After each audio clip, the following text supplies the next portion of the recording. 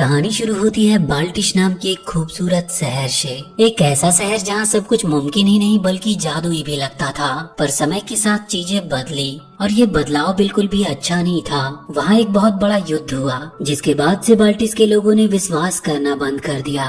कुछ भी मुमकिन और जादुई लगना बंद हो गया और फिर उनके ऊपर बादल घिराए, ऐसे कि जो ना कभी बरसते और ना ही छटते। वो शहर मानो एक जगह पर रुक सा गया हो। इसके बाद हम वहीं पीटर नाम के एक अनाथ लड़के को देखते हैं जिसे एक फौजी पाल रहा था। ये फौजी लड़ने, जीवन की मुश्किलों और खतरों के बारे में जानता था, इसीलिए वो पीटर को भी उसी की तरह जिंदगी के लिए तैयार कर रहा था। वो सुबह सुबह पीटर को एक सिक्का देता है ताकि वो बाजार से जाकर उनके लिए कुछ खाना ला सके। वो जल्दी से बाजार में जाकर अपने लिए मछलियाँ और ब्रेड खरीदने लगता है, पर तभी अचानक से उसके हाथ से वो सिक्का फिसलकर दूर जाने लगा और जब वो उसे पकड़ने जाता है तो सामने उसे रेड कलर का एक छोटा सा टेंट दिखाई देता है जिसपे लिखा था कि सबसे मुश्किल और गहरे सवाल जो किसी इंसान के मन में उठ सकते हैं, उनके जवाब दिए जाएंगे सिर्फ एक सिक्के के बदले में। पीटर के मन में भी ऐसे ही कुछ सवाल थे, इसीलिए वो अपने आप को अंदर जाने से रोक नहीं पाता।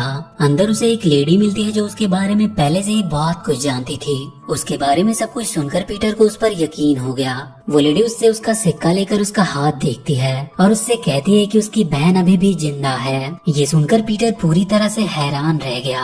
वो उससे कहता है कि उसका परिवार एक युद्ध में मारा गया, लेकिन उसे एक फौजी ने बचा लिया। उस फौजी ने उसे बताया कि उसकी माँ और बहन मारी गई, लेकिन उसे आज भी अपनी बहन की वो मुस्कान याद है और उसे लगता है कि वो कहीं ना कहीं जिंदा है। वो लेडी उससे कहती है कि तुम बस एक सवाल पूछ सकते हो, इसीलिए सोच समझकर पूछना ताकि उस जवाब से तुम्हारी कुछ मदद हो सके। कुछ सोचने के बाद पीटर उससे पूछता है कि वो अपनी बहन को कैसे ढूंढ सकता है, जिसके जवाब में वो लेडी उससे कहती है कि तुम्हें एक एलिफेंट का पीछा करना होगा। पर पीटर उसके जवाब से जरा भी खुश नहीं था, क्योंकि उस पूरे शहर में कहीं भी कोई एलिफेंट नहीं था। लेकिन वो लेडी बिना उसकी कोई बात सुने वहाँ से चली जाती है। घर आने पर पीटर को फौजी से बहुत डांट पड़ती है। वो उसे समझाता है कि उसकी माँ और बहन युद्ध में मारे गए थे और उसने अपनी आंखों से उन्हें मरते हुए देखा था और इसीलिए अब वो इन फालतू सवालों के जवाब ढूंढना बंद कर दे।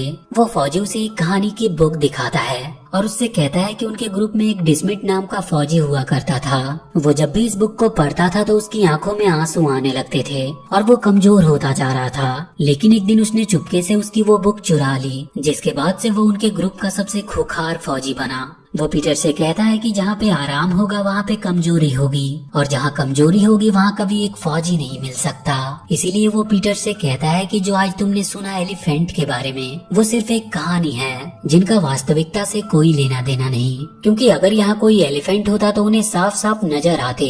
इसके बाद वो पीटर को वही कमरे में फौजी की तरह मार्च करने को कहता है, जिसकी वजह से उनके नीचे के कमरे में रह रहे मिस्टर एंड मिसेस मैटियन को दिक्कत हो रही थी। तो मिस्टर मैटियन बाहर जाकर पीटर से डिनर के टाइम पे कम से कम मार्च बंद करने को कहता है। वहीं पीटर उसे बताता है कि आज उसे खाना ना लाने के लिए सजा मिली है और वो उसे उस एलिफेंट वाली बात भी बताता है कि उसका पीछा करने से उसकी बहन मिल सकती है। इसे सुनकर मैटियन उसे भरोसा दिलाता है कि क्या पता तुम्हारी बातें सच साबित हो और तुम्हें सच में एक एलिफेंट मिल जाए। वहीं उसी शहर में कहीं पे एक मैजिकल शो हो रहा था, लेकिन वहाँ के जादूगर के परफॉर्मेंस से कोई भी संतुष्ट नहीं दिख रहा था, जिसे देखकर वो जादूगर थोड़ा निराश था और वो कुछ सोचकर अपना आखिरी जादू दिखाने का बोलकर एक लेडी को अपने पास बुलाता है। वो जादूगर एक शक्तिशाली मंत्र पढ़ने का डिसाइड करता है, कुछ ऐसा जो बाल्टिस को फिर से पहले जैसा बना दे। पर उसका जादू कोई काम नहीं करता और कुछ ही देर में उस लेडी के ऊपर एक एलिफेंट आ गिरता है, जिससे वहाँ हर तरफ भगदड़ मच जाती है। वहीं पीटर जब रात में सो रहा था तब उसे अपनी बहन के सपने आ रहे थे,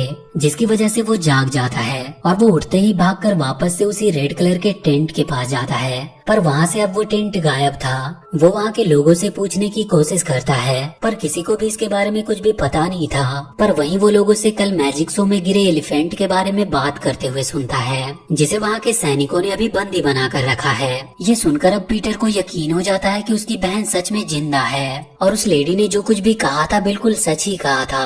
वो खुशी के मारे चिल्लाते हुए जा रहा था कि एलिफेंट आ चुकी है। वो जाकर मिस्टर मैटियन से मिलता है। वो भी इस बात से काफी खुश थे वो पीटर को उस एलिफेंट को उसके कैद से छुड़ाने में उसकी मदद करने को भी बोलता है। इसके बाद वो जाकर फौजी को भी ये बात बताता है कि शहर में एलिफेंट आ चुकी है, लेकिन वो अब भी उसकी सारी बातों को बकवास ही कह रहा था। लेकिन अब पीटर अपना इरादा बना चुका था कि चाहे कुछ भी हो जाए वो अपनी बहन को ढूंढ कर ही रहेगा। इधर जेल में बंद वो जादूगर भी अपने आप पे हैरान था कि उसके जादू से एलिफेंट कैसे आ गया। उसके पास वो लेडी भी आती है जिसके ऊपर वो एलिफेंट गिरा था, और वो जादूगर को इसके लिए कोस रही थी कि उसने जानबूझकर उसके ऊपर एक एलिफेंट गिरवाया। पर वो जादूगर उसे बार बार यकीन दिलाने की कोशिश कर रहा था कि उसका जादू सही काम नहीं करता। वही मैटियन वहाँ की रानी कॉन्टेस के पास जाकर उस एलिफेंट के बारे में पूछता है कि उसे कहाँ रखा गया है, लेकिन वहाँ उसे पता चलता है कि उस एलिफेंट को एक कैदी की तरह रखा गया है और हो सकता है कि इस राज्य की हिफाजत के लिए वो उसे मार भी दे। पर उसे छुड़ाने के लिए मैटियन के दिमाग में एक और आइडिया आता है।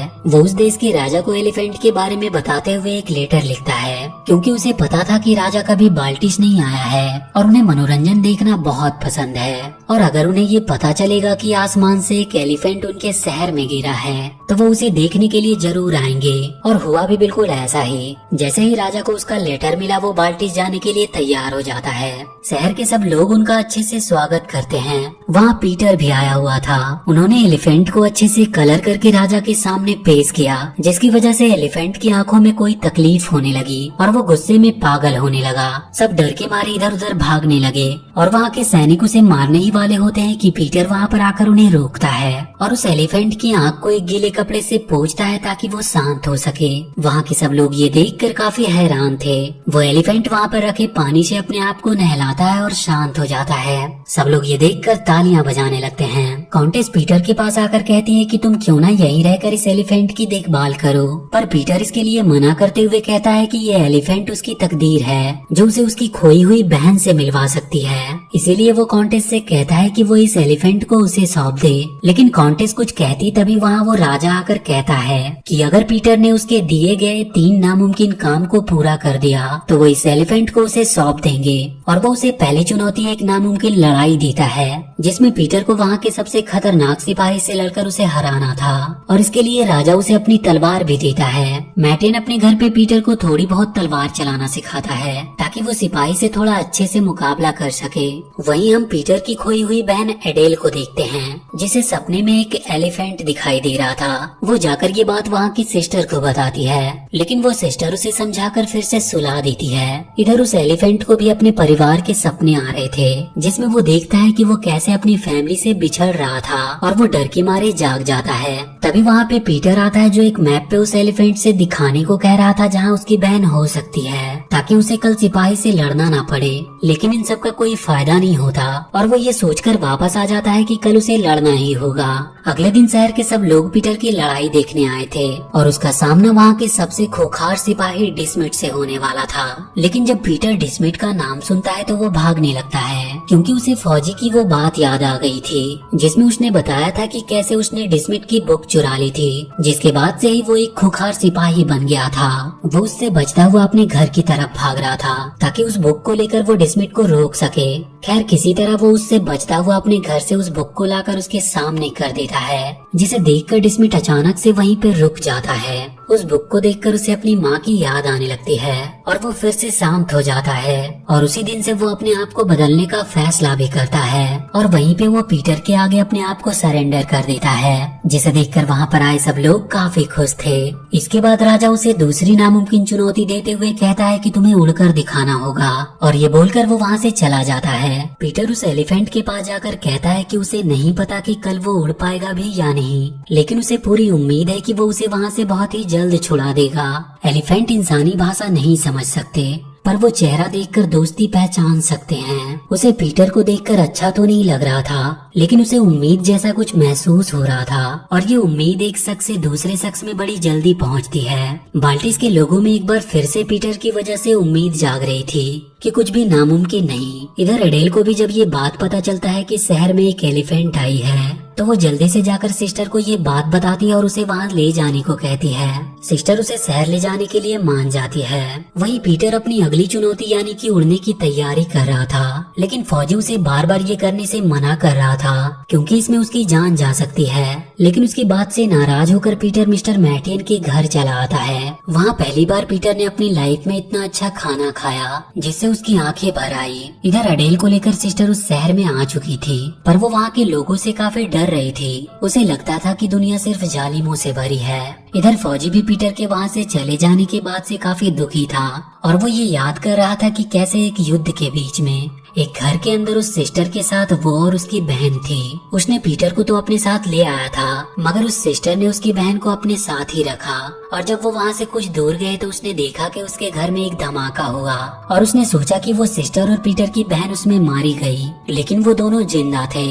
और सिस्टर को ये लगा कि वो फौजी और पीटर मारे गए और इसी गलतफहमी में वो दोनों अलग हो गए। अगले दिन सब पीटर को उड़ता हुआ देखने के लिए इकट्ठा हुए थे।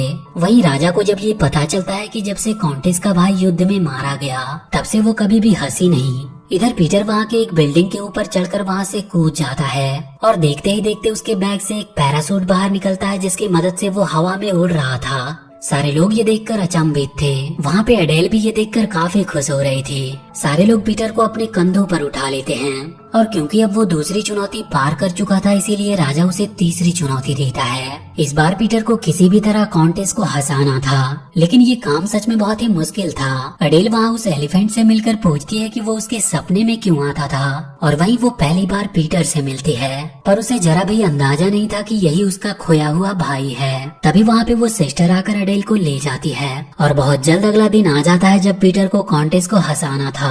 वो सबके सामने एक चुटकुला सुनाता है जिसे सुनकर खुद उस राजा तक को हंसी नहीं आती, पर कॉन्टेस जानबूझकर हंसने का नाटक करती है ताकि पीटर जीत जाए। पर राजा इसे सही नहीं मानता और वो पीटर की हार को घोषित कर देता है। पर पीटर उससे रिक्वेस्ट करता है कि वो प्लीज एलिफेंट को छोड़ दे क्योंकि उसकी भी फैमिली है जहाँ उसे वापस जाना है। पहले तो वो बस इसे इसीलिए जीतना चाहता था ताकि वो अपनी खोई हुई बहन को ढूंढ सके, लेकिन अब वो बस इतना चाहता है कि इस एलिफेंट को उसकी फैमिली के पास भेज दिया जाए। पर राजा इसके लिए तैयार नहीं हो रहा था और वो एलिफेंट को पकड़कर ले जाने को कहता है, लेकिन वो एलिफेंट गुस्से से राजा के ऊपर पानी फेंक देता है, जिसे देखकर कॉन्टेस जोर जोर से हंसने लगी और उसी के साथ वहाँ के लोग भी ठहाके लगाने लगे। और राजा ने ये मान लिया कि आखिरकार वो कॉन्टेस को हंसाने में सफल रहा।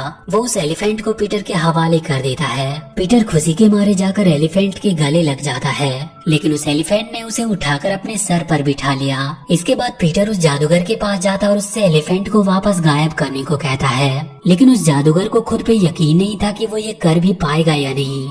लेकिन वो बूढ़ी औरत उसे यकीन दिलाती है कि वो ऐसा कर सकता है क्योंकि वो जैसा अपने जादू से पहले करना चाह रहा था बिल्कुल वैसा ही हुआ है। उस एलिफेंट के गिरने से ही बाल्टिस के लोगों में बदलाव आया है और उनके अंदर उसी की वजह से उम्मीद की किरण एक बार फिर से जगी है। और फिर सारे शहर वाले के सामने उस जादूगर ने अपनी शक्तियों से उस एलिफेंट को गायब कर दिया। सब लोग ये देखकर काफी खुश थे और तभी उनके ऊपर के जमे बादल छटने लगे और एक बार फिर से उनके ऊपर सूरज की रोशनी पड़ने लगी। तभी पीटर के पास एडेल आती है और उससे कहती है कि वो एलिफेंट तो उसे उसके तकदीर तक पहुंचा सकती थी, फिर उसने उसे जाने क्यों दिया। तभी वहाँ पे वो सिस्टर आकर एडेल को ले जाने लगती है, लेकिन तभी वहाँ पर वो फौजी भी आकर पीटर को शाबाशी देने लगता है और जब उसकी नजर उस सिस्टर पर पड़ती है तो वो दोनों एक दूसरे को पहचान जाते हैं। वो दोनों भाई बहन आपस में मिलकर काफी खुश थे और इसके बाद बाल्टिस शहर एक बार फिर से पहले की तरह हो गया, जहाँ एक बार फिर से सबको जादू ही लगने लगता है। पीटर अब अपनी पूरी फैमिली के साथ मिस्टर एंड मिसेस मैटिन के साथ ही रहने लगा। वहीं हम एलिफेंट को भी देखते हैं जो अपनी फैमिली के साथ काफी खुश है,